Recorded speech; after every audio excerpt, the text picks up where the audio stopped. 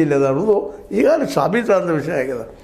ಯಾಕಂದ್ರೆ ಉತ್ತರದ ರಾಜ್ಯಗಳಲ್ಲಿ ಒಂದಿನ ರೀತಿ ಭಾವನಾತ್ಮಕವಾಗಿ ಸಂಸ್ಕೃತಿ ನೆಲೆಗಟ್ಟಿನಲ್ಲೋ ಮತ್ತವ ನೆಲೆಗಟ್ಟಿನಲ್ಲೋ ವಿಶೇಷವಾಗಿ ಡೆವಲಪ್ಮೆಂಟ್ಗಳಾಗಿಲ್ಲ, ಜನಸಂಖ್ಯೆ ಹೆಚ್ಚಾಗಿದೆ ವಿನ ಇಲ್ಲಿ ಅಭಿವೃದ್ಧಿಗಳ ಕಾರ್ಯಕ್ರಮ ಆ ಪ್ರಮಾಣದಲ್ಲಿ ಇಲ್ಲ ಅನ್ನುವಂಥ ಒಂದು ವಾದವಾದ.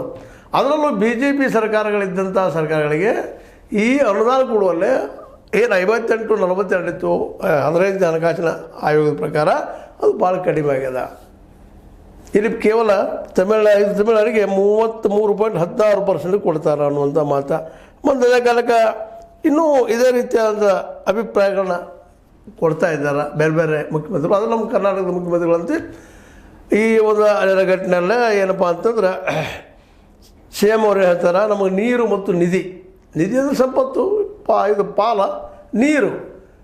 ಈಗ ನೋಡಿ ನಮ್ಮಲ್ಲೇ ಕಾವೇರಿ ಸಲುವಾಗಿ ನಮಗೆ ಮತ್ತು ತಮಿಳುನಾಡಿಗೆ ಅದ, ಮುಂದೆ ಆಂಧ್ರ ಪ್ರದೇಶ ಮತ್ತು ತೆಲಂಗಾಣಕ್ಕೆ ಕೃಷ್ಣಾ ನದಿ ಸಲುವಾಗಿ ಅದ.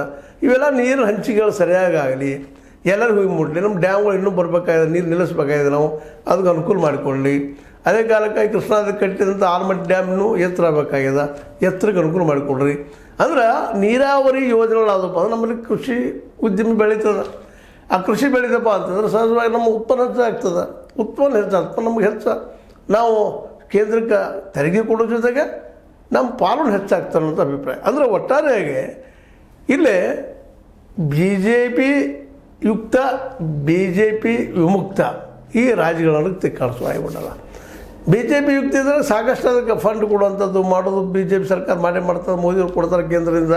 ಉದಾಹರಣೆಗೆ ಉತ್ತರ ಪ್ರದೇಶ ಆಗಿರ್ಬೋದು, ಇವತ್ತು ಬಿಹಾರ ಆಗಿರ್ಬೋದು, ಅಥವಾ ಇವತ್ತಿನ ಈ ನಮ್ಮ ಏನಪ್ಪ ಅಂದ್ರೆ ರಾಜಸ್ಥಾನ ಆಗಿರ್ಬೋದು, ಉತ್ತರದೆಲ್ಲ ರಾಜ್ಯಗಳು ಹೆಚ್ಚು ಕಡಿಮೆ ಒಂದು ಸ್ವಲ್ಪ ಫಂಡ್ ಹೆಚ್ಚು ಹೋಗ್ತದೆ.